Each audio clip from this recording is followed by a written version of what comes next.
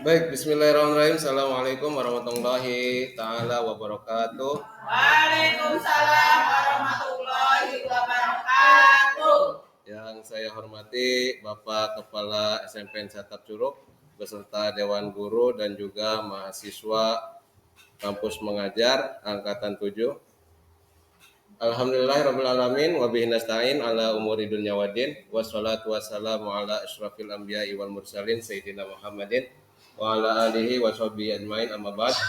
Puji syukur kepada Allah Subhanahu wa taala yang mana pada siang hari ini kita bisa berkumpul untuk bersama-sama menyimak atau mengkaji sebuah materi. Sebelumnya perkenalkan, nama saya Rahman Hidayat, guru SMPN Satap Curug, calon guru penggerak angkatan 10 Kota Serang. Perkenankan saya untuk melaksanakan aksi nyata modul 1.4 dengan tema budaya positif.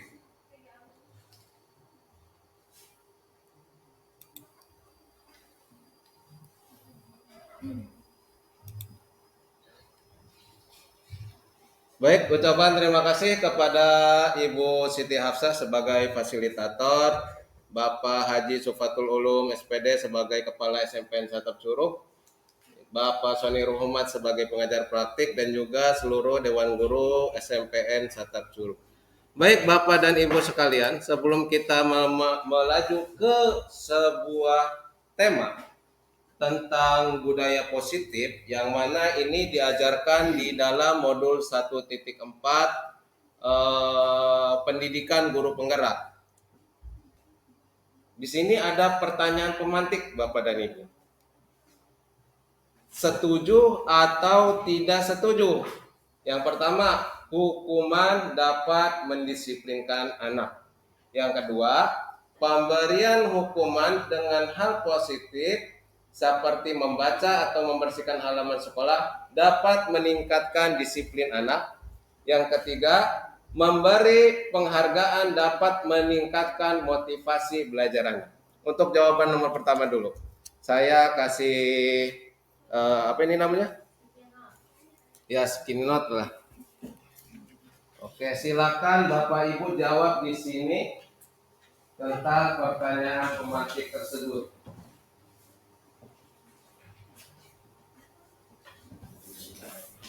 Semua pertanyaan apa yang nomor 1 dulu?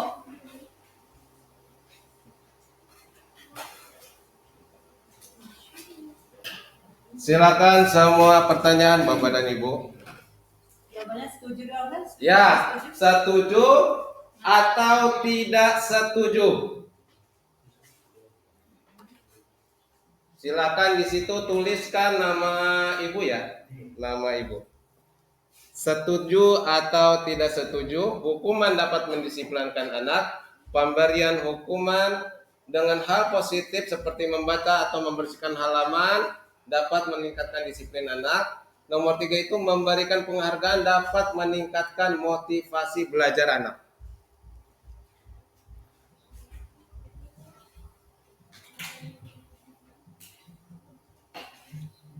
Oke, sudah? Sudah, saya ambil kembali catatannya. Terima kasih Ibu Ila. Terima kasih Ibu Ena. Terima kasih Pak. Ya.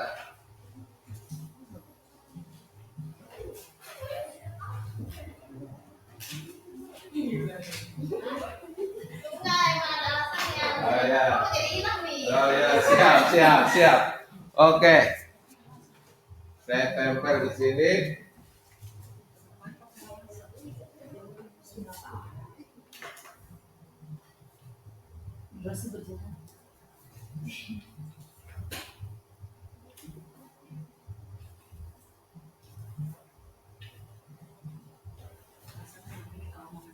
Baik, Bapak dan Ibu.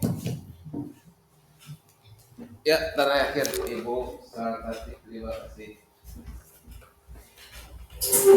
Di sini rata-rata semuanya setuju. Kalau hukuman dapat mendisiplinkan anak, pemberian hukuman dengan hal positif dapat meningkatkan disiplin anak, atau memberikan penghargaan dapat meningkatkan motivasi belajar anak.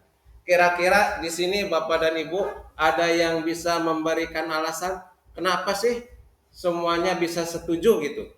Kalau hal tersebut ini, ketiga hal ini bisa mendisiplinkan anak. Kalau yang poin satu saya nggak setuju. Kalau yang poin satu tidak setuju, kenapa Bu Ila? Karena hukuman kan, Ya, hukuman ini berupa fisik biasanya ya. ya bisa Kalau berupa. yang kedua kan berupa kayak membersihkan halaman, kalau itu saya setuju. Oke, siap. Kalau yang ketiga juga setuju. Yang penting tidak langsung ke hal fisik ya. Ya. Oke. Ada yang lain? Kenapa penghargaan itu bisa memberikan motivasi? Ada yang bisa memberi jawaban? Oke, Pak Lan. Penghargaan bisa penghargaan itu bisa menaikkan tingkat percaya diri anak. Jika penghargaan diberikan, anak menjadi percaya diri dan mau melakukan hal yang terbaik. Oke, baik. Nah, untuk menjawab pertanyaan-pertanyaan ini, Bapak dan Ibu, kita akan masuk ke dalam konsep pertama. Disiplin positif dan nilai-nilai kebajikan universal. Oke, di sini ada perubahan paradigma nih Bapak dan Ibu. Ada A dan B, Anda dan teman Anda sobeklah secari kertas kecil, tuliskan benda atau sesuatu yang sangat berharga untuk Anda, letakkan di salah satu tangan Anda, dan genggam benda sesuatu tersebut dengan segala daya, buatlah sebuah kepalan. Jadi seperti ini ya. Teman Anda akan mencoba dengan sekuat tenaga dengan berbagai cara untuk meminta Anda memberikan benda tersebut. Teman Anda bisa membujuk, mengancam, menghardik, merayu, menyuap, apa saja agar dapat membuka kepalan tangan Anda. Apa yang terjadi? Berharga nih Bapak Ibu, kita kepal. Diminta sama teman, ini sangat berharga banget nih buat kita. Dikepal dengan kencang. Kira-kira ketika dirayu, diancam, atau diintimidasi, kira-kira dibuka nggak kepalanya? Tidak ya, karena barang ini kan sangat berharga.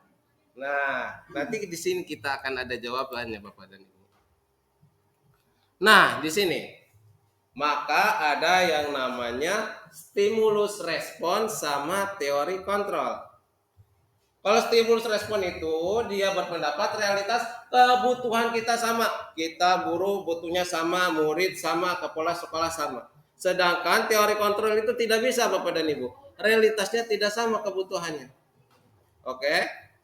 Selanjutnya, semua orang melihat hal yang sama. Sedangkan dalam teori kontrol, setiap orang memiliki gambaran yang berbeda. Maka kita itu tidak bisa memaksakan kehendak kita kepada siswa. Berarti dalam teori kontrol kan seperti itu. Maka di dalam pembelajaran Ki Hajar Dewantara itu, tuntutlah anak itu sesuai kodrat zaman dan kodrat alamnya. Seperti itu Bapak Ibu. Nah, apa yang kita ketahui tentang makna disiplin? Mungkin rata-rata dari kita makna disiplin itu anak ngikutin tata tertib. Nah, itu adalah makna disiplin. Atau anak mengikuti kesepakatan yang telah dibuat. Itu adalah makna disiplin. Ini rata-rata seperti itu Bapak Ibu ya. Budaya kita itu seperti itu. Makna disiplin itu telah berubah menjadi sesuatu yang dilakukan seseorang pada orang lain untuk mendapatkan kepatuhan. Gimana nih caranya anak ini patuh?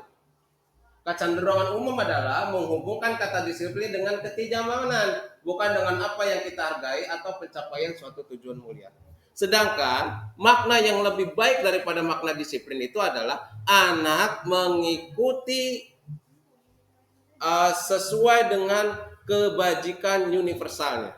Jadi disiplin itu harus keluar dari hati nuraninya. Kalau ini adalah layak, ini adalah tidak layak. Seperti harusnya makna yang paling dalamnya itu harusnya seperti itu Bapak dan Ibu sekalian. Oke, sekarang kita tahu nilai-nilai kebajikan universal. Apa aja kira-kira nilai kebajikan? Sabar. Terus apa lagi? jujur, mandiri, kritis, kritis, kreatif. Nah, ini mungkin ya nilai-nilai kebajikan universal. Nah, sedangkan saya sekarang di sini ngambilnya berdasarkan profil pelajar Pancasila aja. Ada 6: beriman, bertakwa kepada Tuhan Yang Maha Esa dan berakhlak mulia, mandiri, bernalar kritis, berbineka global, bergotong royong, dan kreativitas. Nah, seharusnya anak-anak itu mengikuti hal seperti ini, Bapak dan Ibu. Bersikap disiplin itu harus keluar dari motivasi intrinstiknya, bukan hasil paksaan. Nah, sekarang kita berlanjut ke konsep yang kedua. Teori motivasi, hukuman, dan penghargaan, serta restitusi. Nah, sekarang Bapak dan Ibu. Bapak dan Ibu datang ke sekolah, ini motivasinya apa? Maksudnya, Bapak Ibu tampil datang ke sekolah, motivasinya apa? Di dalam teori motivasi, itu ada 3 Bapak dan Ibu. Dari yang terendah sampai yang tertinggi. Yang terendah itu karena dia takut dihukum.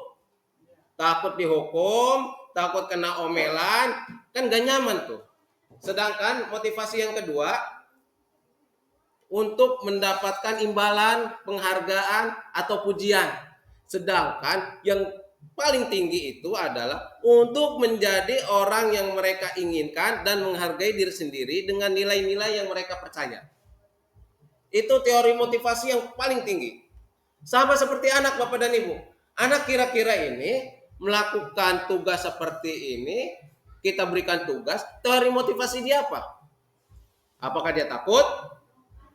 Apakah dia gila pujian? Atau apakah dia emang lahir dari diri sendiri, ini emang harus kewajiban saya gitu. Dan emang saya perlu seperti ini gitu. Nah, ini teori motivasinya Bapak dan Ibu. Dan kita akan mempelajarinya ya. Nah, yang tadi ini pertanyaan reflektifnya itu, kira-kira Bapak dan Ibu dari ketiga motivasi tersebut, apa yang melandasi Bapak dan Ibu itu melakukan sesuatu yang disiplin? Saya juga ngisi ya.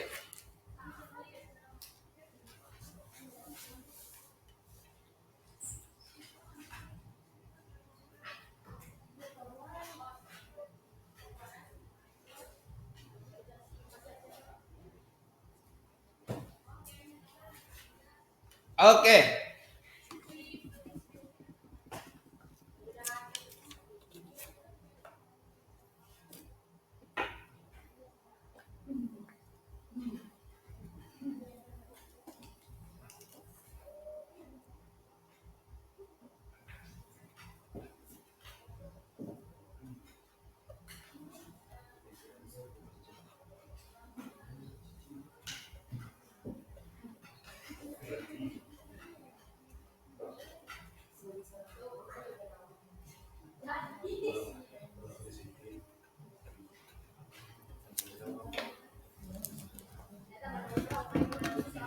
Apa yang memotivasi Bapak dan Ibu untuk melakukan sesuatu disiplin? Entah itu datang tepat waktu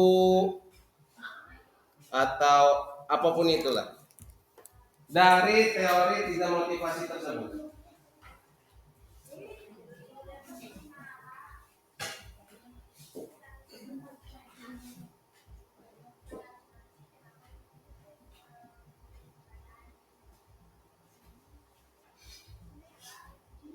Oke.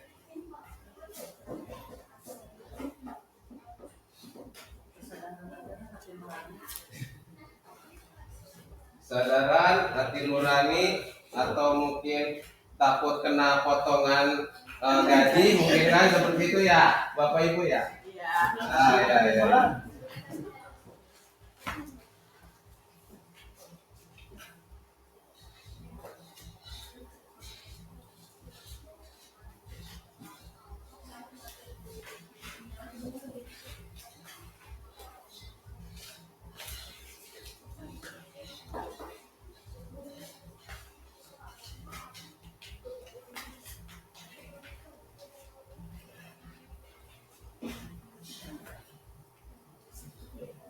Kalau saya jawabannya Bapak Ibu, teori motivasi yang saya lakukan itu kadang emang munculnya dari hal yang terendah.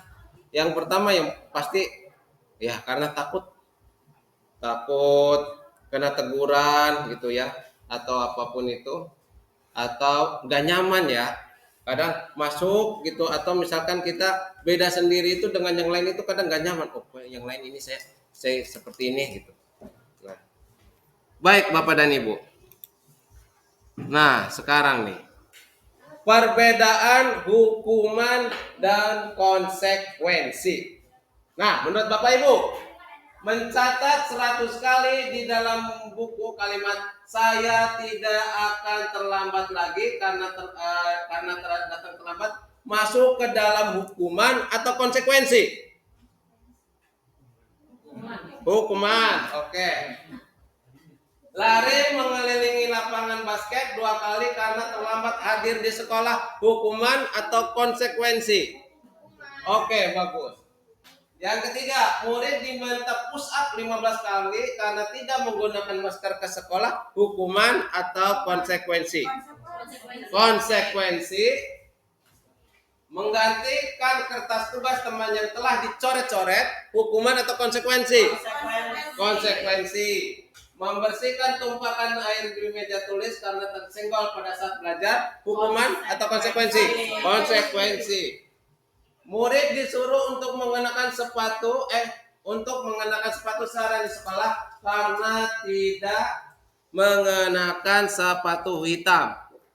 Itu murid diperintah untuk tidak memakai sepatu karena sepatunya beda, harusnya warna hitam, ini warnanya lain. Itu hukuman atau konsekuensi? Hukuman. Lari mengelilingi lapangan basket 2 kali karena terlambat 10 menit untuk pelajaran PJOK, hukuman atau konsekuensi? Oke. Di sini jawabannya Bapak Ibu. Ini yang membedakan hukuman dan konsekuensi.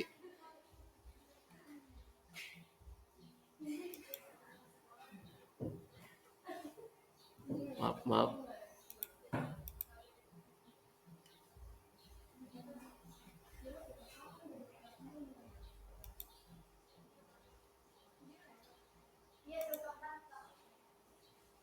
Nah,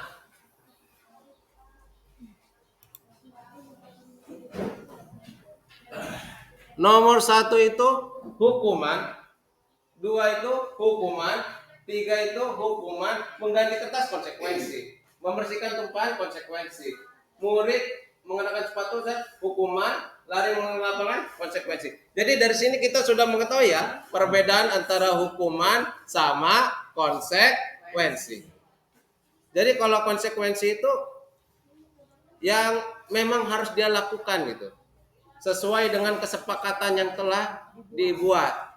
Nah, maka dari itu Bapak dan Ibu, peraturan kelas itu harus berdasarkan kesepakatan bersama antara murid dengan guru. Maka ada yang namanya keyakinan kelas, ada yang namanya kesepakatan kelas. Perbedaan hukuman dan konsekuensi ini Bapak dan Ibu.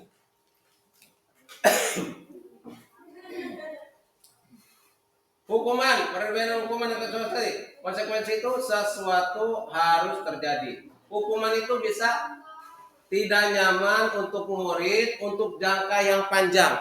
Itu bikin murid itu tidak nyaman hukuman itu. Sedangkan konsekuensi itu tidak nyamannya dalam jangka waktu pendek. Contoh seperti ini Bapak dan Ibu. Anak misalkan tidak menumpahkan air itu di dalam kelas. Kalau hukuman misalkan kamu harus hormat di depan tiang bendera, atau kamu berdiri di depan, angkat kaki kamu, lalu pegang telinga. Dulu kita lagi SD seperti itu ya. Itu hukuman. Panjang dia jangka waktunya karena menimbulkan trauma kepada anak. Sedangkan konsekuensi itu ya selesai ngeberesin ya sudah beres. Nah, itu adalah konsekuensi. Yang selanjutnya, korban mendapatkan keadilan. Kalau hukuman seperti itu Bapak dan Ibu, korbannya dapat keadilan. Misalkan anak mukul siswa, kita pukul lagi. Oh, si korban kan senang. Dipukul nih dibalas. Itu kalau hukuman. Sedangkan di dalam konsekuensi korban bisa diabaikan. Ya kan? Kalau konsekuensi seperti itu. Hukuman murid atau anak akan tersakiti. Kalau konsekuensi murid atau anak dibuat tidak nyaman. Ini perbedaan-perbedaannya. Bisa dibaca di sini, Bapak dan Ibu sekalian. Nah, sekarang Bapak dan Ibu, kenapa sih kok bisa penghargaan itu ternyata sama saja kita itu menghukum siswa dengan secara tidak sadar, secara halus. Sejak kita berulang kali menjanjikan hadiah kepada anak, anak akan berperilaku bertanggung jawab. Sama kayak kita ini ke anak ya. Kamu kalau ranking 1 saya kasih sepeda. Ketika dia itu tidak kita janjikan, maka tidak ada kewajiban dari dirinya untuk meningkatkan prestasi. Kamu kalau puasanya 30 hari full, nanti dikasih persenannya 200.000 misalnya. Tapi kalau nggak ada janji itu dia tidak punya kewajiban. Nah, harusnya itu kita tanamkan nilai-nilai kebajikan kepada anak tersebut agar motivasinya untuk melakukan sesuatu itu muncul karena nilai kebajikan tersebut, bukan karena janji. Contoh Bapak dan Ibu, nah puasanya 30 hari ya, kalau 30 hari pahalanya panjang, masuk surga, orang tuanya ke bawah masuk surga, kan seperti itu. Harusnya seperti itu. Tidak menjanjikan sesuatu. Beda dengan reward ya. Bukan berarti kita 17 Agustusan nanti nggak ada hadiah ya Bapak dan Ibu. Kan beda lagi tuh. Beda cerita. Nah, di sini ada riset Bapak dan Ibu. Riset pertama. Dalam sebuah percobaan, sekelompok anak laki-laki berusia sekitar 9 tahun diminta untuk melihat gambar-gambar wajah yang ditampilkan di layar. Dan mereka harus memberitahukan jika wajah-wajah tersebut sama atau berbeda.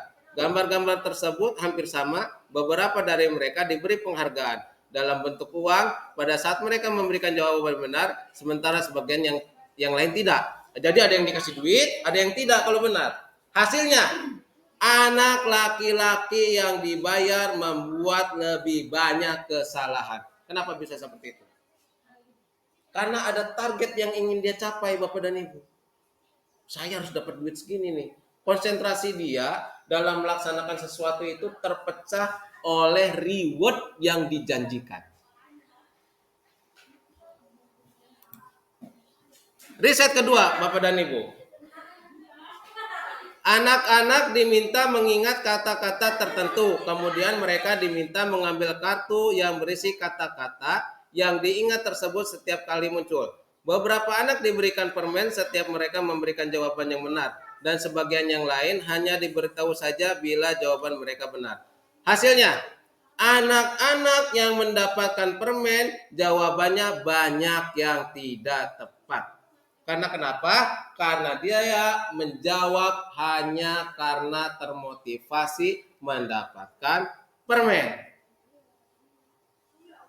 Dibandingkan dengan anak-anak yang hanya diberitahu jawabannya benar.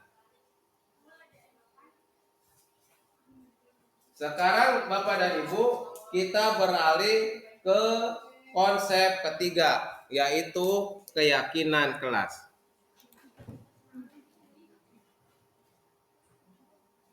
Nah, Bapak dan Ibu, mengapa kita memiliki peraturan tentang penggunaan helm pada saat mengendarai kendaraan roda 2 atau motor? Kemungkinan kan jawabannya pasti sama, demi keselamatan. Karena berdasarkan nilai kebajikan universal tersebut. Sedangkan kalau orang yang dia itu takut hukuman atau segala macam, ketika Ya contohnya di jalan di kampung saja, karena motivasinya itu karena takut hukuman dan takut reward, ya pasti nggak pakai barang tersebut. Nah, sekarang di sini Bapak dan Ibu, keyakinan kelas atau bukan? Keyakinan, nilai keyakinan kelas Bapak dan Ibu. Selalu kembalikan buku ke tempatnya. Apa nilai keyakinan kelasnya? Nilai keyakinan kelasnya apa? Disiplin. Disiplin, Tanggung jawab. bertanggung jawab. Nah, ini nilai-nilai keyakinannya ya. Dilarang mengganggu orang lain.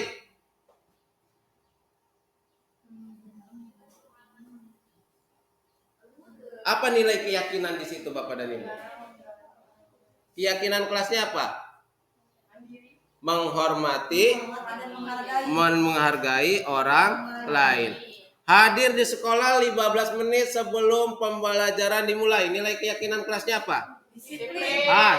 Disiplin. Dilarang melakukan kekerasan. Nilai keyakinannya apa? Keyakinan kelasnya menghargai orang lain.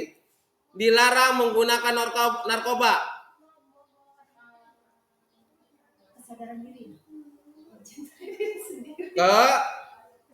Kesehatan, keselamatan, bergantian atau menunggu giliran. Nilai keyakinan kelasnya apa? Disiplin. Kesadaran diri. Kesadaran diri, menggunakan masker,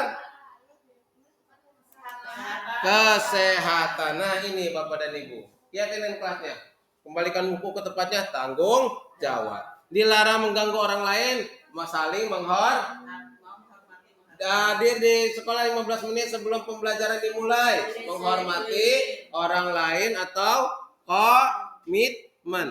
Yang selanjutnya, dilarang melakukan kekerasan, saling menghormati. Yang kedua, keamanan. Dilarang menggunakan narkoba, kesehatan, bergantian atau menunggu giliran, menghormati orang lain atau apa? Berempati. Selanjutnya, gunakan masker, kesehatan, keamanan. Yang terakhir, jangan berlari di kelas atau koridor, keamanan dan keselamatan. Ini adalah keyakinan kelas Bapak dan Ibu. Nah, gimana nih Bapak dan Ibu? Cara pembentukan keyakinan kelas nanti ketika kita di kelas. Cara pembentukan keyakinan kelasnya seperti ini. Keyakinan kelas bersifat lebih abstrak daripada peraturan yang lebih rinci dan konkret. Dia harus bersifatnya lebih abstrak. Luas. Yang selanjutnya, keyakinan kelas berupa pernyataan universal. Yang ketiga, pernyataan keyakinan kelas senantiasa dibawa dalam bentuk positif. Kalimatnya harus kalimat positif Bapak dan Ibu. Bukan dilarang. Itu sedikit rada dihindari itu. Dilarang atau jangan seperti itu. Tulis keyakinan kelasnya itu adalah misalkan, nah nanti ada contohnya Bapak dan Ibu. Ya, keyakinan kelas hendaknya tidak terlalu banyak sehingga mudah diingat dan dipahami oleh warga kelas. Kita kan bikin peraturan banyak banget, panjang. Padahal misalkan jaga ketertiban sekolah itu udah masuk semua itu. Tidak mencoret, tidak menjaga lingkungan sekolah, tidak buang sampah sembarangan, harus aktif piket segala macam, kan sebenarnya udah masuk ke dalam situ.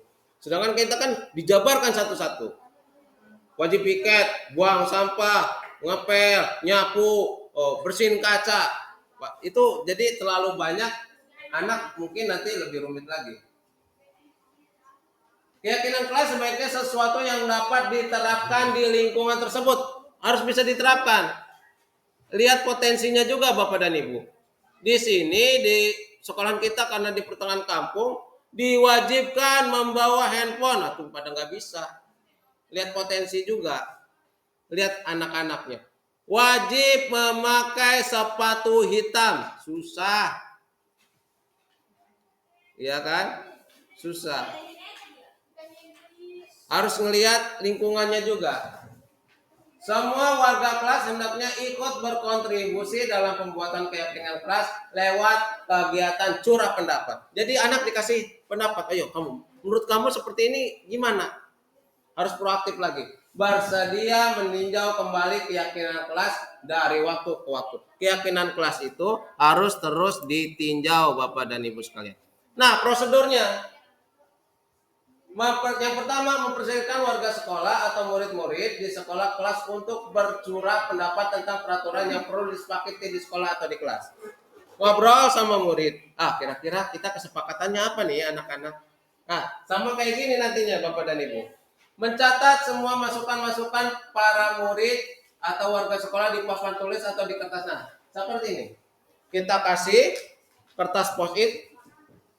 Menurut kalian keyakinan kelas kita apa? Kasih nama, tanda tangan. Nanti dijabarkan di sini tempel. Nah, ini keyakinan kelas kita sesuai dengan keyakinan. Sekarang kita konsep yuk. Yang mana yang akan dimasukkan keyakinan kelas, mana yang tidak. Harus disepakati. Seperti itu. Susunlah keyakinan kelas sesuai prosedur pembentukan keyakinan sekolah. Gantilah kalimat dalam bentuk negatif menjadi positif. Diganti kalimat negatifnya. Dilarang keras. Wajib. Wah, seperti ya. Atau jangan. Itu diganti. Tinjau kembali daftar surah pendapat. Tadi sudah dibahas. Tinjau ulang keyakinan sekolah kelas secara bersama-sama. Ditinjau lagi.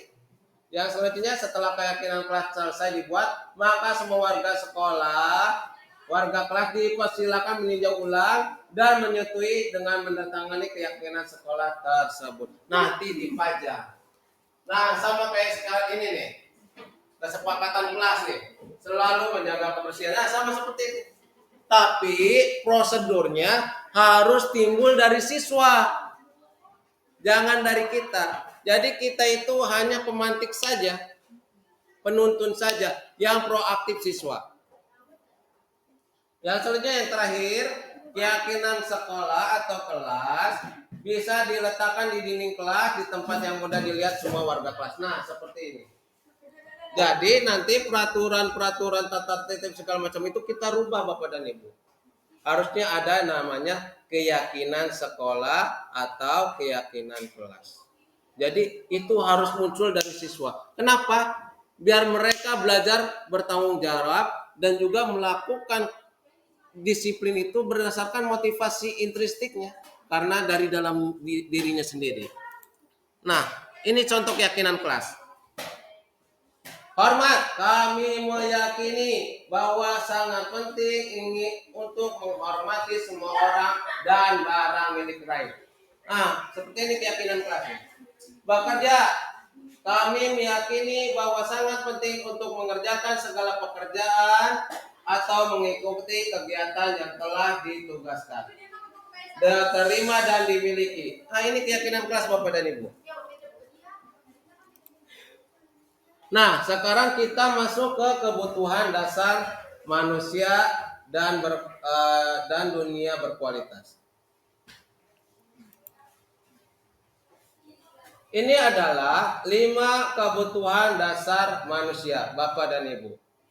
Penguasaan, kesenangan, kasih sayang, dan rasa diterima, kebebasan, bertahan hidup. Kita dalam meninjau siswa atau memanggil siswa, pasti harus kita tahu dulu itu. Kenapa nih? Contoh kita melihat siswa nih, ini beda ya. Misalkan orangnya usil gitu. Atau suka caper misalkan gitu ya. Ini kenapa kok bisa seperti itu? Mungkin dia tidak mendapatkan kebutuhan dasar tersebut di tempat lain. Atau misalkan ada yang kenapa ada orang yang ngambil barang milik orang lain. Apakah itu sebuah penyakit atau emang kebutuhan dasar manusianya itu tidak terpenuhi? Apa bertahan hidupnya itu? Kebebasannya tidak terpenuhi. Orang ini anak usil amat. Oh, mungkin dia kebutuhan dasarnya itu tidak terpenuhi. Apa? Kasih sayang. Makanya suka bikin ulah, suka ngusilin teman-temannya biar teman-temannya itu merhatiin dia. Kan bisa seperti itu. Nah, iya benar. Kurang perhatian. Seperti itu. Kita langsung ke konsep 5 restitusi dan 5 posisi kontrol. Nah, ini yang pembahasan yang sangat menarik sebenarnya Bapak dan Ibu. Pertanyaan pertama. Ini pertanyaan pemantik. Tisa Hana dipanggil masuk ke ruangan Bu Dewi, Kepala Sekolah SMA Makmur. Bu Dewi baru saja mendapatkan pengaduan dari Ibunda Tisa bahwa Hana menggunakan kata-kata kasar dan merendah-rendahkan Tisa di sekolah, di sosial media. Kasus pertama, bila Anda seorang kepala sekolah, penerapan disiplin apakah yang akan Anda lakukan untuk kasus Hana? Kira-kira kalau ibu ini kepala sekolah nemu murid maki-maki orang lain di media sosial, apa yang akan kita lakukan? Bisa dipikirkan, kira-kira.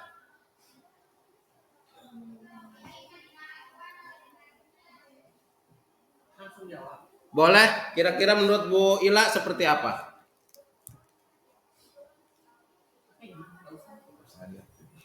Mungkin kita harus melihat latar belakang dulu ya. Oke. Biar bisa jadi kalau untuk usia ini kan SMA ya. Iya. Nah mungkin latar belakang kehidupan dia di rumah dia, mungkin dia ada broken home, maka dia biasanya meluapkan semua kemarahan dia itu dengan memaki orang lain. Ya, yang intinya kehidupan dia itu tidak baik di rumahnya. Mungkin kita yang harus dilakukan dulu adalah menyelidiki dulu latar belakang dia, masalahnya dia itu apa gitu. Bagus Bapak. Berarti nanti itu posisi kontrolnya ada nanti, nilai posisi kontrolnya. Nanti akan kita bahas. Bu, siapa lagi kira-kira? Atau kita lari ke kasus kedua aja? Anto jarang sekali hadir di pembelajaran jarak jauh. Dan pada saat hadir pun, Anto sering menggunakan kata-kata kasar di kolom chat mengejek teman-temannya. Hal itu sudah sangat mengganggu dan beberapa orang tua murid yang mengikuti mengganggu dan beberapa orang tua murid yang mengikuti pembelajaran daring mengeluhkan tentang perilaku Anto di pembelajaran jarak jauh. Mungkin kasusnya hampir sama ya dengan kasus yang pertama. Kita langsung saja, ini 5 posisi kontrol Bapak dan Ibu. Kita sebagai pendidik, ini ada 5 posisi kontrol dalam menghadapi siswa yang tidak disiplin. Yang pertama itu penghukum, pembuat merasa bersalah, teman, pemantau, atau manajer. Ini beda-beda. Kalau penghukum itu keras, langsung hardik aja. Dasar kamu salah aja hidupnya. Udah. Gak usah ngejawab. Pasti jawabannya sama. Nah, itu penghukum itu. Oke? Pembuat orang merasa bersalah. Contohnya seperti ini, Bapak dan Ibu. Nah, kenapa kamu ini terlambat? Kamu kalau terlambat saja, nanti Bapak yang ditegur sama kepala sekolah. Gimana caranya si anak ini bisa menjadi, ini salah saya nih, gitu tuh. Posisi kontrolnya itu. Teman, itu biasanya diekspresikannya itu anak ini dipanggil, kita duduk berdua sambil tertawa-tertawa. Nah ini, kita memposisikan dirinya itu sebagai teman. Sedangkan pemantau itu adalah menghitung dan mengukur. Dihitung, diukur apa peraturannya, menyesuaikan diri bila diawasi. Sedangkan manajer biasanya seperti ini. Manajer itu, bagaimana caranya agar kamu itu bisa memperbaiki diri. Nah, itu ada posisi control manager. Atau misalkan kita bicara seperti kepada anak seperti ini. Nak, bagaimana cara kamu merubah sikap kamu? Nah, itu adalah sebagai manajer. Nah, kita akan belajar di sini. Pernyataan-pernyataannya. Siapa yang mengatakan? Pemarah, penghukum, teman, pembuat merasa bersalah, pemantau, atau manajer. Ini pernyataan-pernyataannya. Saya kecewa sekali dengan kamu. Itu penghukum, pembuat merasa bersalah, manajer, atau pemantau, atau teman. Kira-kira saya kecewa sekali dengan kamu. Oke, kita lihat nanti. Kamu tidak pernah benar-benar melakukannya. Menghukum, ayolah lakukan demi ibu bapak. Memantau, apakah kamu mendapatkan stiker bintang hari ini? Memantau. Bagaimana kamu bisa menyelesaikan masalah ini? Manajer, kamu selalu yang paling terakhir. Penghukum. Kita lihat. Nah, ini Bapak dan Ibu. Saya kecewa sekali dengan kamu. Oh benar, membuat orang merasa bersalah. Saya nggak enak amat nih sama guru. Gara-gara saya, guru kecewa. Nah, seperti itu ya. Kamu tidak pernah benar melakukannya, itu penghukum. Ayolah lakukan demi bapak atau ibu, itu teman. Apa kamu pemantau? Bagaimana kamu bisa menyelesaikan masalah ini? Manajer. Kamu selalu yang paling terakhir, itu adalah penghukum. Nah, bergerak antara ini adalah peraturan, pemantau, konsekuensi atau hadiah, nilai-nilai manajer memperbaikinya.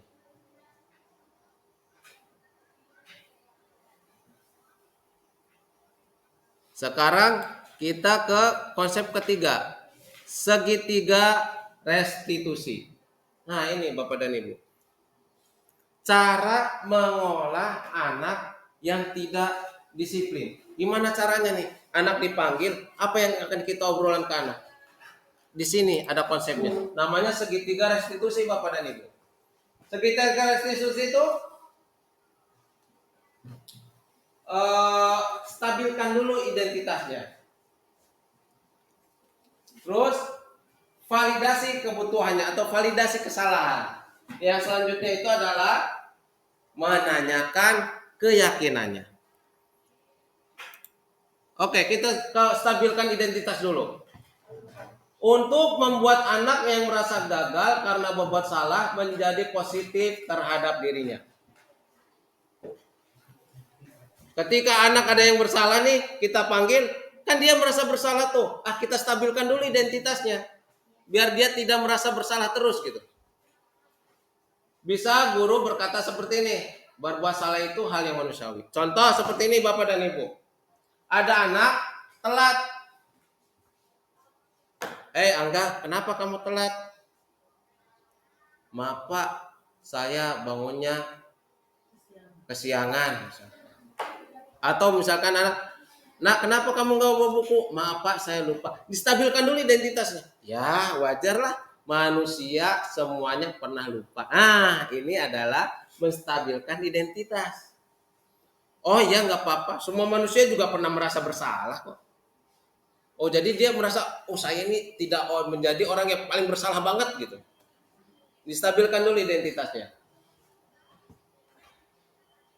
Ini contoh-contoh kata-katanya. Berbuat salah itu hal yang manusiawi. Tidak ada manusia yang sempurna. Bapak ibu juga buat salah. Bapak ibu juga buat salah. Kita pasti bisa menyelesaikan permasalahan ini Bapak Ibu tidak tertarik untuk mencari tahu siapa yang benar, siapa yang salah. Bapak itu tertarik untuk menyelesaikan masalah. Contoh kita, ada anak ribut, panggil dua-duanya. Wah, ini salah ini Pak, salah ini. Stabilkan identitasnya. Saya nggak nyari siapa yang salah, siapa yang benar. Saya ini mau menyelesaikan masalah. Ini menstabilkan identitas siswa. Kalau kamu menyalahkan dirimu sendiri terus-menerus, apakah kamu bersikap baik pada dirimu sendiri? Yang selanjutnya, validasi kebutuhan. Ini buat apa sih Bapak dan Ibu? Membantu murid mengenali basic need atau kebutuhan dasar yang ingin dipenuhinya ketika melakukan kesalahan itu. Pada dasarnya, setiap tindakan manusia itu adalah memenuhi basic need. Apakah itu power, freedom, love, belonging, fun, atau survival. Bisa berkata seperti ini Bapak Ibu. Kamu bisa saja kan melakukan contoh seperti ini. Ada anak marah karena dibully, diejek, marah-marah ke temannya, tendang mejanya. Kita panggil, kenapa kamu?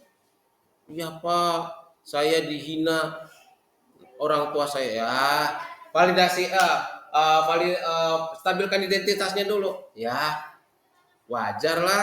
Bapak juga kalau diejek-ejek kayak gitu pasti marah. Udah stabil identitasnya, validasi kebutuhannya. Untung kamu cuma nendang meja, tidak melakukan hal yang lebih berbahaya daripada itu. Itu masuknya ke validasi kebutuhan atau validasi kesalahan. Nah, guru bisa berkata seperti itu. Apa yang penting bagi kamu? Kamu boleh tetap berusaha menjaga sikap itu, tapi tambahkan sikap yang lain yang baru. Maukah kamu belajar cara lain untuk mendapatkan yang kamu butuhkan tanpa harus memukul? Apakah kamu bisa melakukan dengan lebih baik besok lagi? Yang selanjutnya Bapak dan Ibu, menanyakan keyakinan.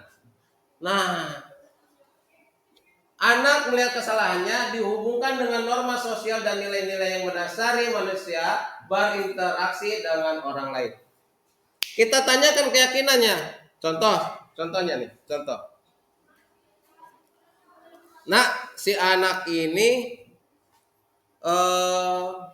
ribut sama temennya. Kita stabilkan dulu identitasnya. Wajar lah. Bapak juga kalau diejek marah. Terus ngobrol, kamu pasti punya alasan. Kenapa kamu bisa melakukan seperti itu? Lalu kita validasi kebutuhannya. Kalau untung kamu ini tidak melakukan hal yang lebih merugikan orang lain. Nah, setelah itu tanyakan keyakinan. Kamu tahu nggak? Kamu ngelakuin itu telah melanggar keyakinan yang telah kita sepakati. Apa keyakinan yang telah kita sepakati? Nah, ini adalah masuk ke dalam proses menanyakan keyakinan. Bisa Bapak dan Ibu bertanya, apa nilai yang kita percaya di kelas? Kelas yang ideal itu seperti apa sih? Kamu ingin jadi anak seperti apa? Apa yang kamu rasakan ketika kamu melakukan itu? Kamu menjadi orang yang seperti apa? Nah, ini contohnya Bapak dan Ibu. Assalamualaikum warahmatullahi wabarakatuh. Waalaikumsalam Amel. Gimana kabarnya Amel? Ini video contoh penerapan segitiga restitusi. Amel, kenapa kamu tidak membawa buku catatan mata pelajaran IPS? Maaf Pak, saya lupa. Oh, wajar. Manusia itu tempatnya salah dan lupa. Semua orang pernah melakukan kehilapan. Apa alasan Amel sampai lupa membawa buku catatan mata pelajaran IPS? Semalam saya tidak menyiapkan perlengkapan sekolah untuk esok hari Pak, karena saya main game di HP sampai larut malam. Apakah kamu tahu tidak mempersiapkan peralatan sekolah dan main game sampai larut malam itu adalah perbuatan yang salah? Ya Pak, saya mengaku salah. Jadi kamu tahu kesalahan kamu apa, Amel? Tidak membawa perlengkapan sekolah dan tidur larut malam Pak. Oh, alhamdulillah. Kalau kamu menyadari kesalahan kamu hari ini, kamu tahu keyakinan kelas kita yang tidak kamu laksanakan hari ini apa? Kemandirian dan tanggung jawab Pak. Bagus, kamu ingat dengan keyakinan kelas kita. Sekarang, perbuatan apa yang akan kamu lakukan untuk memperbaiki masalah ini, Amel? Malam hari sebelum sekolah saya akan menyiapkan perlengkapan sekolah. saya dan memeriksa kembali keesokan paginya Pak, dan juga saya tidak akan main game sampai larut malam sehingga saya telah tidur Pak. Bagus Amel, Bapak akan menghargai usaha Amel. Sekarang untuk mata pelajaran IPS silahkan Amel catat di buku yang ada ya. Nanti kamu salin kembali di buku catatan mata pelajaran IPS. Terima kasih Pak, saya minta maaf atas kehilapan saya. Sama-sama Amel, Bapak juga minta maaf dan juga Bapak maafkan. Sekarang lanjutkan kembali tugas Amel. Baik Pak. Assalamualaikum warahmatullahi wabarakatuh. Waalaikumsalam Amel. Gimana kabarnya Amel? Baik Pak, alhamdulillah. Amel, kenapa kamu tidak membawa buku catatan mata pelajaran IPS? Maaf Pak, saya lupa. Oh, wajar. Manusia itu tempatnya salah dan lupa. Semua orang pernah melakukan kehilapan. Apa alasan Amel sampai lupa membawa buku catatan mata pelajaran IPS? Semalam saya tidak menyiapkan perlengkapan sekolah untuk esok hari Pak, karena saya main game di HP sampai larut malam. Apakah kamu tahu tidak mempersiapkan peralatan sekolah dan main game sampai larut malam itu adalah perbuatan yang salah? Ya Pak, saya mengaku salah. Jadi kamu tahu kesalahan kamu apa Amel? Tidak membawa perlengkapan sekolah dan tidur larut malam Pak. Oh, alhamdulillah kalau kamu menyadari kesalahan kamu hari ini. Kamu tahu keyakinan kelas kita yang tidak kamu laksanakan hari ini apa? Kemandirian dan tanggung jawab Pak. Bagus, kamu ingat dengan keyakinan kelas kita. Sekarang, perbuatan apa yang akan kamu lakukan untuk memperbaiki masalah ini, Amel? Malam hari sebelum sekolah saya akan menyiapkan perlengkapan sekolah. Saya dan memeriksa kembali keesokan.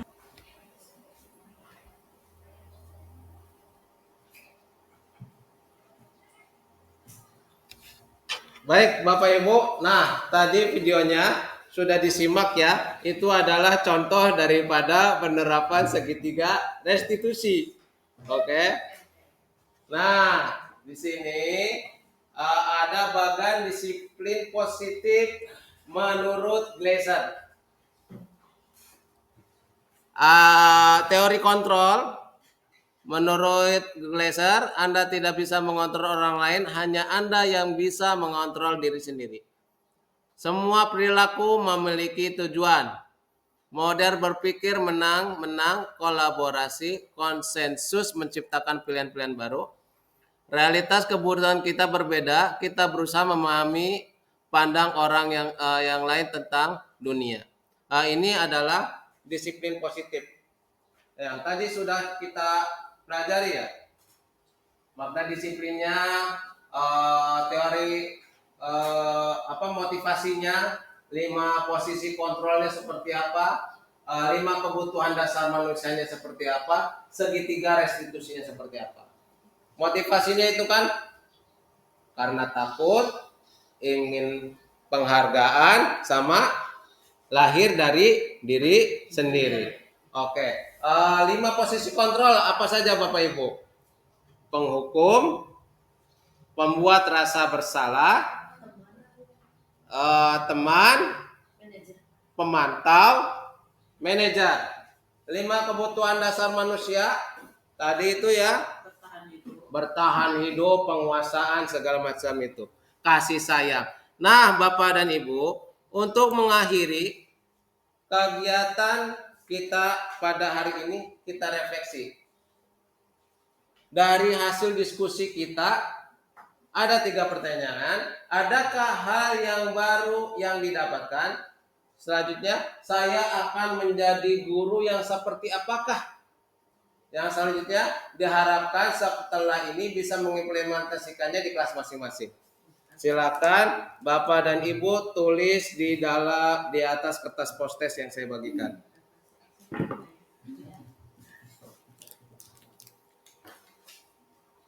2,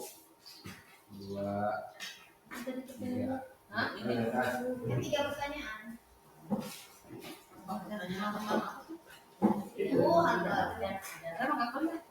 Adakah hal yang baru yang didapatkan? Diulang lagi Pak pertanyaannya nanti. Itu maksudnya biar langsung jawab. Biar lebih jelas.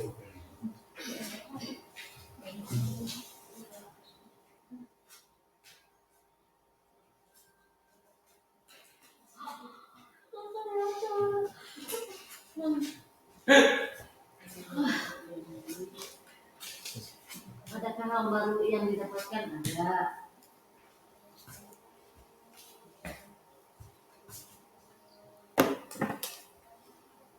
Adakah hal yang baru yang didapatkan? Yang kedua, saya akan menjadi guru yang seperti apakah setelah mengikuti modul ini. Nah, yang ketiga itu implementasinya nanti di kelas masing-masing seperti apa.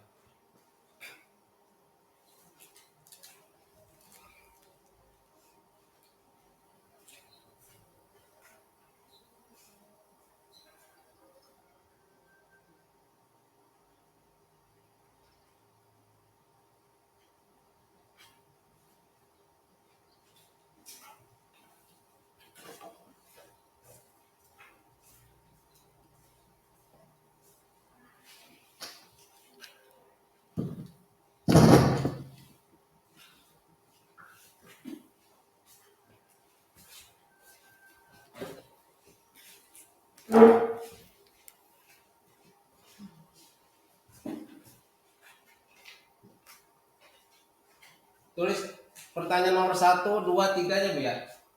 Oh, ditulis. Enggak ditulis aja angka 1, 2, 3. Iya. Langsung jawabannya kan? Iya. Jadi satu ini nggak ini. Dua. Apa tuh? Saya akan menjadi guru. Saya akan menjadi guru yang seperti apakah setelah mengikuti modul ini? Ibu pengen jadi guru yang kayak gimana? Guru asik, guru sehat, atau guru menyenangkan?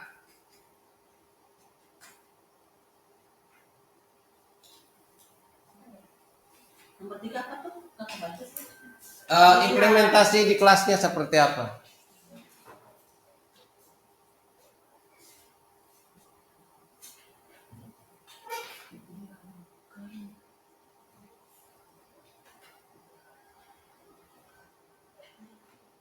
Implementasikan.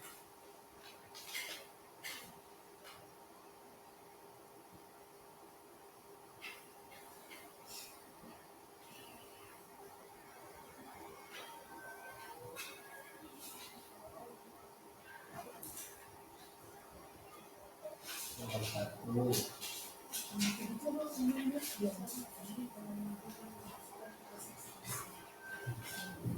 Apa tadi kan menjadi satu semua? Yang ketiga diharapkan Implementasinya di kelas nanti seperti apa?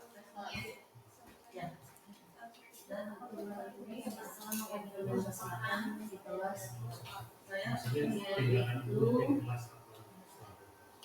yaitu dengan Saya akan mengimplementasikan membuat kesepakatan kelas dan saya kelas sesuai kebutuhan murid kelas. Itu kan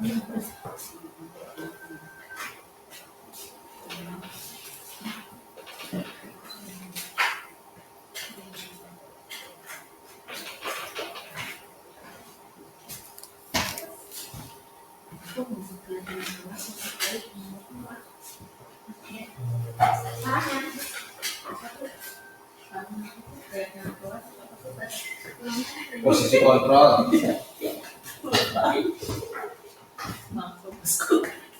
nah,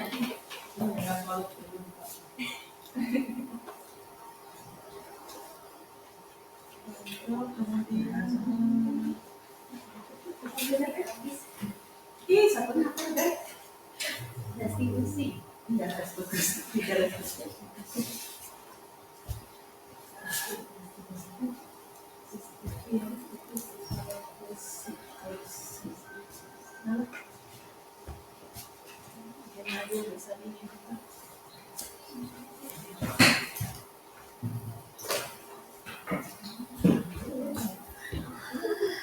Baik Bapak dan Ibu, berakhirnya hasil refleksi ini, berakhir juga pertemuan kita pada hari ini.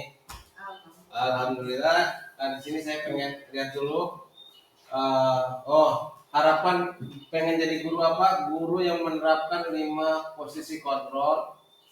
Guru yang lebih memperhatikan murid ketika ada yang salah selalu mencari alasan. Saya akan menjadi guru yang lebih baik dalam segala hal, lebih bersemangat dan lebih memahami keadaan murid. Saya akan menjadi guru yang memahami kekurangan atau apa yang diinginkan murid. Saya ingin menjadi guru yang memenuhi kebutuhan belajar peserta didik, tegas dan menyenangkan. Saya akan lebih baik dan memberikan atau meluangkan waktu untuk membuatkan kesempatan kelas sebelum KBM dimulai.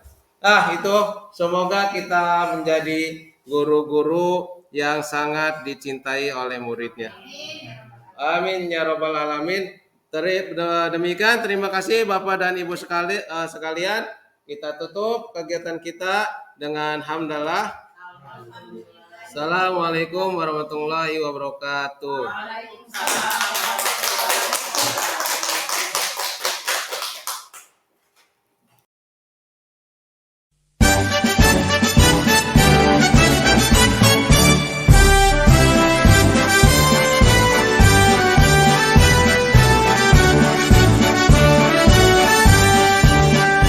Bulatkan tekad, kuatkan hati, negeri ini memanggilmu kawan. Belajar, bergerak, berbagi untuk negeri. Guru penggerak, majukan pendidikan. Guru penggerak menghamba pada murid. Kreatif, rancang pembelajaran. Hargai potensi, tingkatkan prestasi. Lahirkan profil pelajar Pancasila.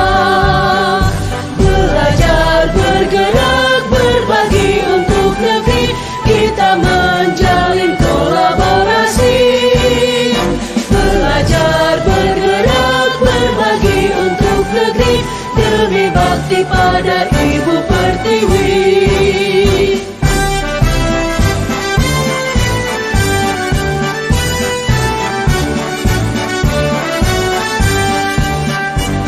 Bulatkan tekad, kuatkan hati, negeri ini memanggilmu kawan.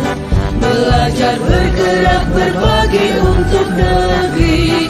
Guru penggerak, majukan pendidikan. Guru penggerak menghamba pada murid. Kreatif, rancang pembelajaran. Hargai potensi, tingkatkan prestasi. Lahirkan profil pelajar Pancasila. Belajar, bergerak, berbagi untuk negeri. Kita menjalin kolaborasi.